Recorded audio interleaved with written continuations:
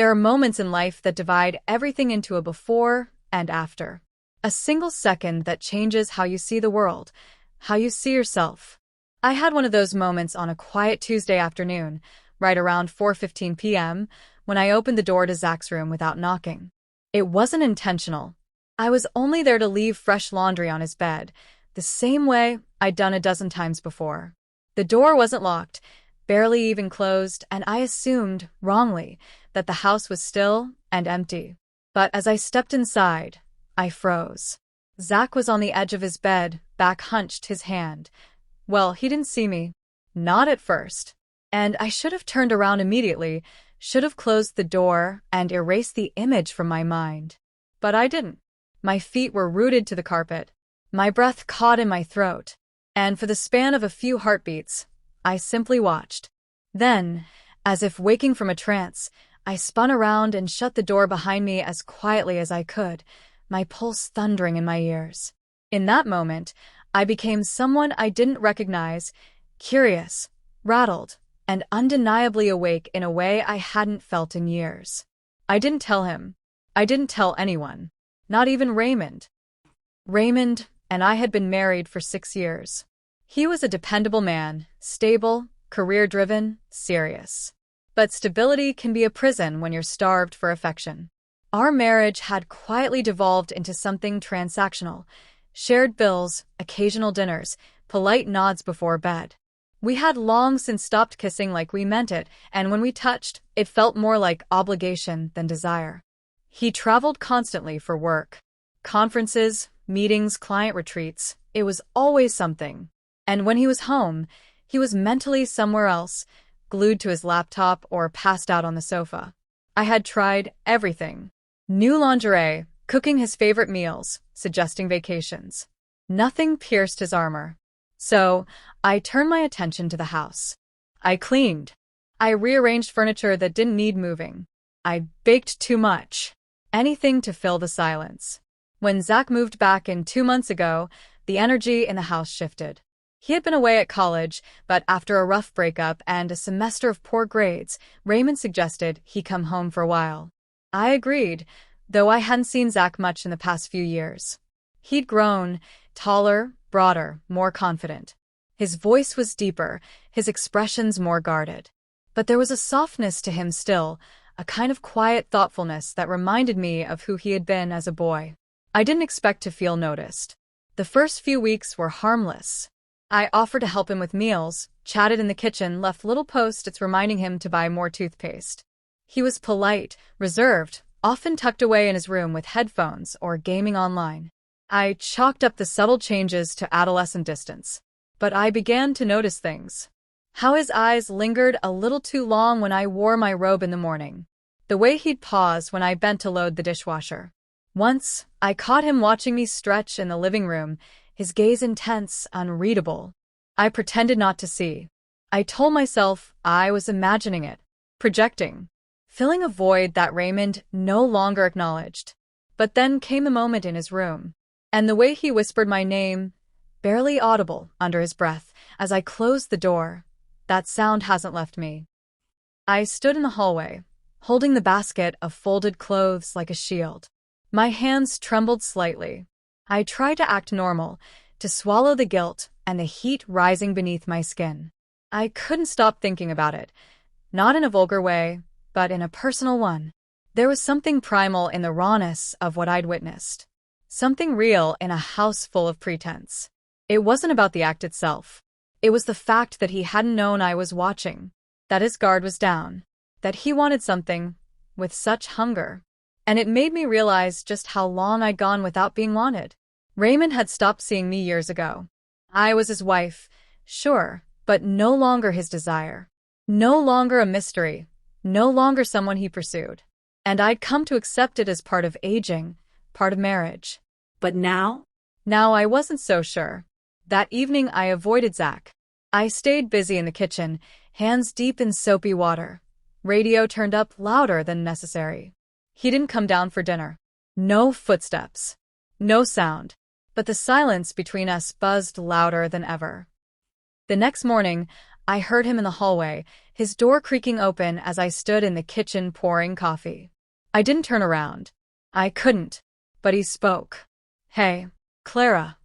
Just that. Just my name, soft and careful. I turned. He looked tired, eyes shadowed, jaw tight. He didn't meet my gaze. "Good morning," I replied, my voice too even. "Want some eggs?" He nodded, and I cooked while he sat at the table, both of us acting like nothing had happened. But everything had changed. The space between us wasn't empty anymore. It was filled with possibility. Not love, not yet. Not lust, exactly. Just the undeniable awareness that we were both missing something, and that we had accidentally discovered it in one another. That night, I dreamt of him. Not in a physical sense. In the dream, we were just sitting by the fire. Talking. Laughing. His hand brushed mine, and I felt something ignite. I woke up with tears in my eyes. Not because I was ashamed, but because I felt alive. Zach never brought up what happened. Never mentioned the door or the moment, or my name on his lips. But from that day on, his eyes held something different when they met mine. A question. A quiet challenge. And I didn't look away. Not anymore. The days that followed were thick with tension, subtle, lingering unspoken, like a string pulled taut between us, waiting to snap. I tried to behave normally, but normal had taken on a new shape. Every glance, every accidental touch, every silence was suddenly weighted with implication. Zach never addressed what happened. Neither did I. But we both felt it. One night, about a week later, Raymond was late again. He texted at 7, something about a delayed meeting with a client, and I didn't even bother replying. I stared at the blinking cursor on the screen and closed the message. What was there to say? Drive safe? Don't forget you're married? I pour myself a glass of wine instead. Zach came down just as I was taking dinner out of the oven: chicken, roasted potatoes, garlic bread. It was more food than two people needed, but I'd cooked out of habit, forgetting that the man I married would once again miss the meal he claimed to value.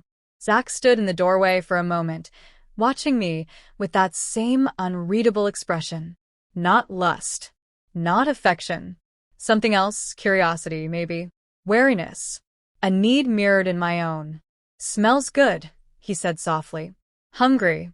I asked, keeping my back to him. "Starving." I set 2 plates. We ate in silence at first, both pretending this was just another dinner. But something about the air between us made the act feel charged. Every clink of silverware, every sip from our glasses, punctuated what we weren't saying. So, I finally said, "How's the psychology course going?" Zach shrugged. "Not bad. I think I'm failing statistics, though." "You're not failing," I said, too quickly. "You're just adjusting." He looked up. "You always say the right thing, you know that?" The compliment hit harder than it should have. I glanced down, pretending to wipe a crumb from the tablecloth. "I'm just trying to be supportive." He leaned back in his chair, his tone quieter now. "You're the only one who is." After dinner, I stood at the sink, washing dishes in the dim light. I heard Zach behind me, but didn't turn. The wine had gone to my head a little, warming my cheeks, loosening my muscles. I was aware of him in the way a body becomes aware of heat, subtle, consuming, dangerous. "You don't have to do that," he said. "It's fine. I like it. I mean everything. The cooking, the cleaning, the pretending everything's okay." His words struck something raw inside me. I turned slowly, dish towel in hand. "What makes you think I'm pretending?" He looked at me, really looked, and I felt exposed. As though he could see every moment of disappointment I'd swallowed, every night I lay awake next to a man who didn't even notice when I cried. "Because I've been pretending too," Zach said. The silence between us was no longer empty. It was loud, and it said everything we couldn't. Later that night, I sat alone in the den with the fire on low and a book I couldn't bring myself to read. The pages blurred, the words meaningless. All I could think about was how Zach had looked at me across the dinner table, like he saw me, like he wanted to understand what I carried. I hadn't been seen like that in years. Not by Raymond. Not by anyone. A sound behind me, soft footsteps. I looked up. Zach stood there, hesitating at the threshold, hands in his hoodie pocket, hair slightly messy. "Can't sleep?" I asked. He shook his head. "Too many thoughts." "Join the club." He came closer but didn't sit. Just stood behind the couch, his presence heavy but comforting. I waited, sensing he had something to say. "I keep thinking about that day," he finally murmured. "When you walked in." My pulse quickened, but I kept my tone even. "Zach, I'm not trying to make it weird," he said quickly. I don't regret it. You saw me, and yeah, it was awkward, but it made me realize something." I turned slightly, half facing him. "What did it make you realize?" "That I think about you more than I should." There it was. The line. Spoken, bare, irreversible. I should have shut it down. Told him it was inappropriate. That I was his stepmother. That I loved his father. That we couldn't go down this road. But I said none of those things. Instead, I whispered, "You think I don't notice how you look at me?" His jaw tensed. I thought I was being subtle. "You weren't." He finally sat beside me, close but not touching. The fire crackled quietly, and for a moment, the room felt suspended in time, like nothing outside of it mattered. "Raymond doesn't even ask how my day was anymore," I said. "Do you know how long it's been since he touched me with any affection? Since I felt like someone wanted me." Zach's voice dropped. "I want you." I turned toward him. His face was inches from mine. And the space between us was no longer space. It was possibility, gravity, inevitability. I felt his hand, light on my knee. Not forceful. Just there. A question. I didn't stop him. Not yet. The sound of the garage door startled us both. "Raymond." Zach pulled back instantly, as if burned. I stood up, smoothed my sweater, and busied myself with the book that had long since lost its meaning. Zach mumbled something about going to his room and disappeared upstairs just as Raymond entered, briefcase in hand, phone pressed to his ear. He glanced at me like I was a painting on the wall, familiar, overlooked, unmoving. No kiss. No greeting. Just, "Did you eat?" I nodded. "Yeah. There's leftovers." "Maybe later," he muttered, already walking away. I stood there a moment longer, listening to the silence that followed him. And I realized something painful. I didn't feel guilty. Not for the closeness. Not for the words exchanged. Not even for wanting Zach the way I did. I felt alive. And that terrified me. Morning came slowly. The light was muted, gray with the overcast sky, casting everything in the kitchen in a flat, colorless glow. I stood over the sink with a lukewarm cup of coffee, staring into the backyard as if something out there might answer the war unfolding inside me. I heard footsteps. Zach entered quietly, his hoodie sleeves pushed up, hair still damp from a shower. He looked more like a man today than he ever had before, tension in his shoulders, hesitation in his steps. He wasn't smiling. Neither was I. "Hey," he said softly. I nodded, not trusting my voice. My mind was still replaying the night before, his touch on my knee, his words, the fire between us. And then, Raymond's entrance, cold and oblivious, like a judge passing silent sentence on a crime he never knew had taken place. Zach moved to pour himself some cereal, but his movements were slow, deliberate. "So," he finally said, "are we going to pretend last night didn't happen?" I exhaled through my nose, pressing the mug tighter to my chest. I don't know what to say. "Then let me," he offered, looking at me directly now. "You didn't stop me, Clara. And I know you wanted to. You should have. But you didn't. That doesn't mean it was right. Doesn't mean it was wrong either." He wasn't being smug, he was being honest. Brutally, disarmingly honest. And that somehow made it harder to resist the pull he had on me. "You're my stepson," I said, as though naming the label could break the spell. He leaned against the counter, bowl untouched. "Technically. But you and I both know this has nothing to do with titles." My heart thudded against my ribcage. I couldn't deny the ache he stirred in me. It wasn't just attraction, it was a longing for connection, for validation, for intimacy I hadn't tasted in years. I hadn't chosen to feel this way. But now that I did, pretending otherwise was becoming harder by the hour. Raymond's footsteps echoed upstairs. The floor creaked as he moved from one room to another, already on another business call, likely pacing in a shirt and tie without a clue about the fracture beneath his roof. "I'm going out later," Zach said. "Thought I'd get some air. Clear my head." I nodded again. "Might be good." He paused, waiting, hoping. Then, realizing I wouldn't say more, he offered a single look, heavy, patient, filled with restraint, and left the room. By noon, I was cleaning again. Scrubbing counters that didn't need scrubbing, folding laundry I'd already folded. I couldn't sit still. My thoughts were barbed wire, wrapped tight around everything I once believed about loyalty, morality, love. And then I saw it. Zach's hoodie. It had fallen behind the couch. I reached for it, intending to hang it on the hook by the door, but as I lifted it, a folded slip of paper fell from the pocket. A note, scribbled hastily. "Meet me at the trail behind Hollow Creek. 4 p.m. No signature. Just that. I stared at it for a long while, fingers trembling slightly. Zach had planned this. Not impulsively, not with recklessness, but with intent. There was no seduction in the note. No pressure.